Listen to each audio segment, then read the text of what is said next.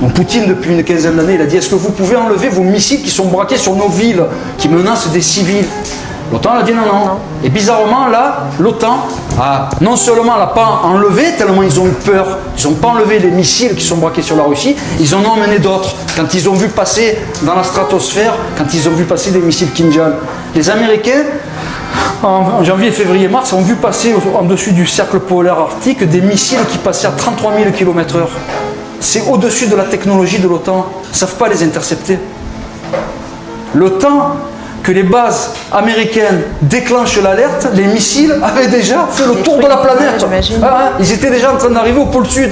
Parce qu'ils font des tirs rotatifs et contre-rotatifs. Ils font des tirs dans le sens de rotation de la planète et ils font des tirs dans le sens contre-rotatif. Ils sont en train de montrer aux Américains depuis quelque temps qu'ils maîtrisent une technologie qui dépasse l'entendement.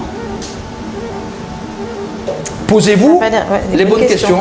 Tout à fait. Voilà, posez-vous les bonnes questions. Pourquoi subitement on est enquiquiné par un virus qui tue moins que les autres années? Et par contre, parallèlement, qui n'est pas cité dans les journaux, qui fait 2 lignes dans les pages intérieures du Monde, quand on voit les déploiements russo-irano-chinois, mais ça fait trembler. Ces gens disposent d'armes de très haute technologie qui dépassent les armes de l'OTAN. Ah, et là je me dis, je comprends mieux. Alors pourquoi les masques? Qu'est-ce que ça peut faire?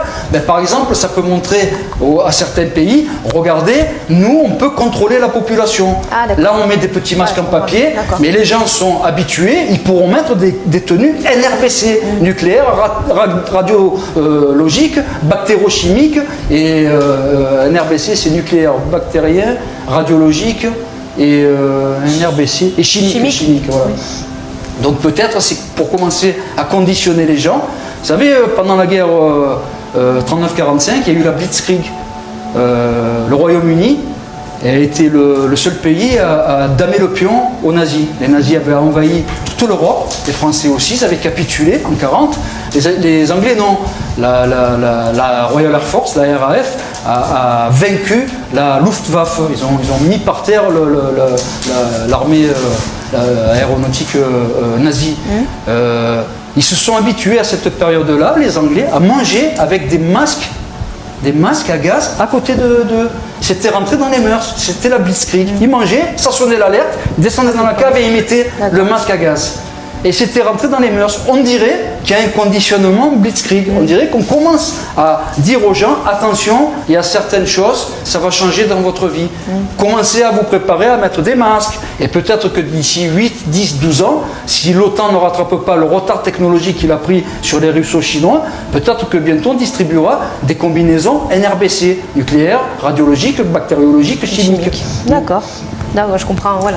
Parce que je ne comprenais pas il y a toujours une relation de cause à effet. Il faut toujours se dire à quoi ça peut amener tout ça. Et moi je me dis que par rapport aux causes et aux effets, je me dis tiens, le problème en fait, c'est pas le Covid-19 on dirait qui les embête, c'est pas le Covid. Et on a eu affaire à des vagues de virus meurtriers beaucoup plus graves depuis 15 ans, 20 ans, des vagues beaucoup plus graves. Mais par contre, je me dis, si je suis un chef d'État, si je fais partie des technocrates qui dirigent l'armée, tout ça, là j'aurais beaucoup plus peur du plan status Poséidon et du plan Kinjal avant-garde que d'un virus qui est beaucoup moins meurtrier que les autres.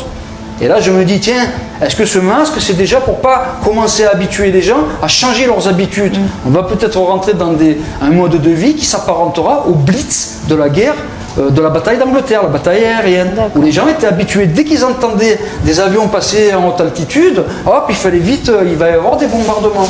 On dirait, moi ça me fait penser à ça. Moi je suis personne, je suis un supraconscient, je suis un super intuitif. Voilà, moi en tant que super intuitif, mon raisonnement.